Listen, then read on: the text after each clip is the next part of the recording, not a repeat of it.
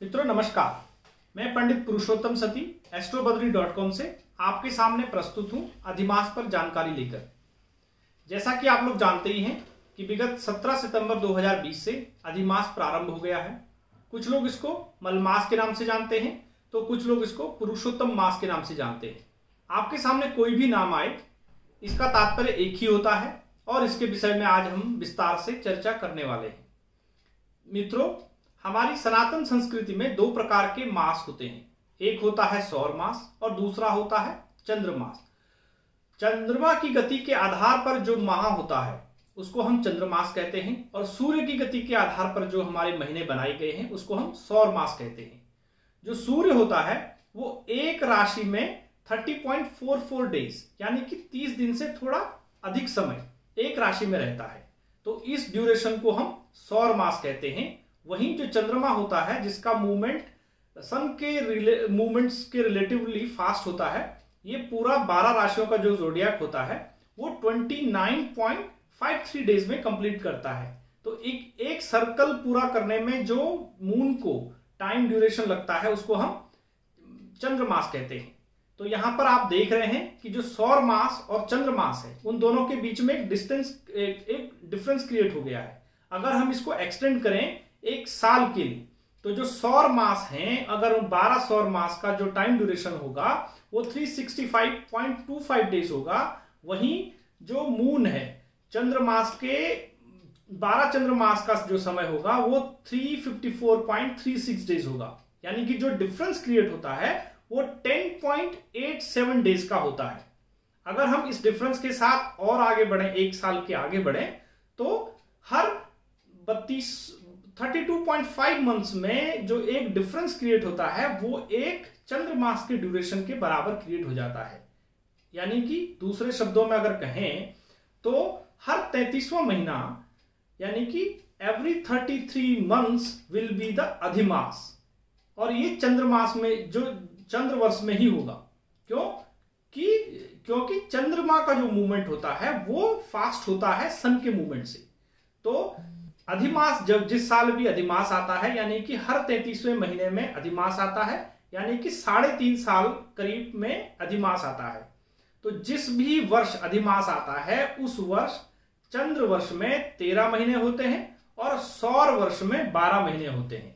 तो ये जो डिफरेंस क्रिएट हो गया है एक महीने का, इसको एडजस्ट करने के लिए अधिमास का कंसेप्ट हमारी सनातन संस्कृति में है।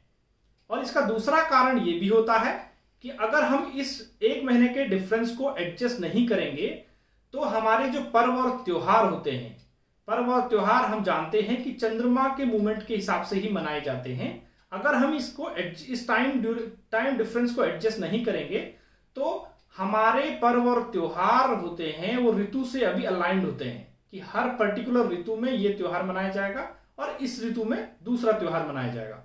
अगर हम इस डिफरेंस को एडजस्ट नहीं करेंगे तो ये हमारा जो सिमेट्री है आज की डेट में कि त्योहार और ऋतु की जो ये सिमेट्री है ये बिगड़ जाएगी।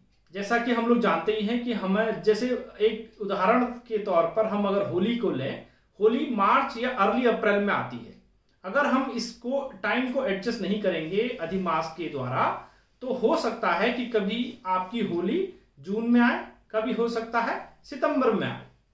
तो आप समझ गए होंगे कि ऋतुओं के और त्योहारों के जो ये हमारे सनातन संस्कृति में प्रोविजन है, इसको ध्यान में रखते हुए और चंद्रमा और सन के मूवमेंट में जो ये डिफरेंस है उसको एडजस्ट करने के लिए अधिमास होता है।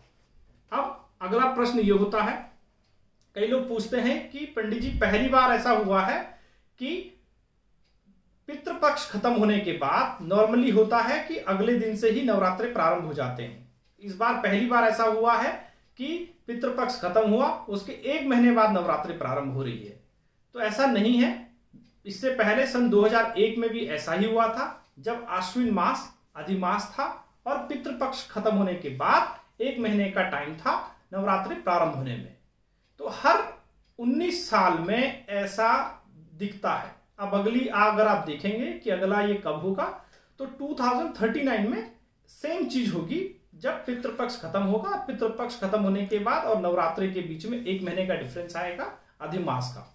तो इस बार अगर आप देखेंगे तो 16 अक्टूबर को अधिमास समाप्त होगा और 17 अक्टूबर से नवरात्रे प्रारंभ होंगे। अब शास्त्रों में अधिमास के बारे में जानकारियां उपलब्ध हैं कि अधिमास में क्या करना चाहिए और क्या नहीं करना चाहिए। तो मित्रों, मैं यहां पर बताना चाहूंगा कि क्या करना चाहिए। कई त्योहार ऐसे होते हैं जिनके लिए मुहूर्त की आवश्यकता नहीं होती है, वो सारी पूजाएं अधिमास में की जा सकती हैं। और अधिमास में जो निषेध कहा गया है, यानी कि जो हमें नहीं करना चाहिए, वो ऐसी पूजाएं हैं या ऐसे संस्कार हैं जो कि मुहूर्त पर डिपेंड करते हैं, जिनके लिए हम विशेष मुहूर्त निकालते हैं। जैसे कि विवाह संस्कार, विवाह के लिए हमें मुहूर्त निकालना पड़ता है, और या कि वधू प्रवेश कराना या गृह प्रवेश कराना, भूमि पूजन कराना, ऐसे सारे चीजों के लिए या ऐसे संस्कारों के लिए, पूजाओं के लिए हमें मुहूर्त की आवश्यकता होती है। किसी का चूड़ाक्रम करना है, किसी का जनेऊ कराना है, किसी का मुंडन कराना है, ये सारे संस्कार होते हैं जिनके लिए हमें विशेष मुहूर्त की आवश्यकता होती है। वहीं पर कई पूजाएं या संस्कार ऐसे होते हैं जिनके लिए हमें मुहूर्त की आवश्यकता नहीं होती है।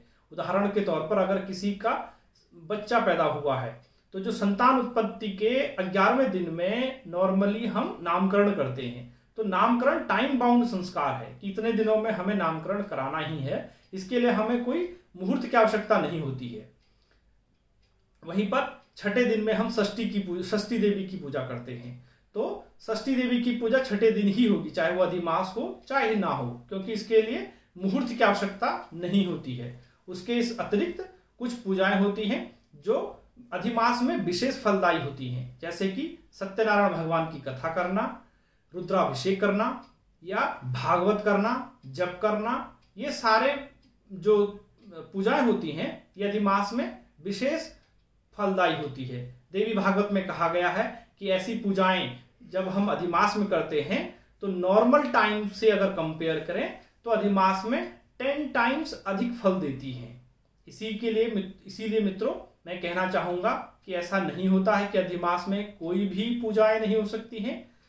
लेकिन हाँ, ये बात हमें ध्यान रखनी चाहिए कि अगर कोई नई शुरुआत कर रहा हो, जैसे किसी की शॉप ओपनिंग करनी हो या किसी का गृह प्रवेश करना हो, ऐसे पूजन जहां पर हमें मुहूर्त ध्यान में रखना होता है, तो ऐसी पूजाएं हमें अधिमास में करने से बचना चाहिए।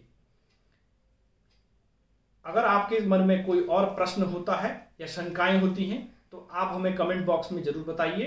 धन्यवाद।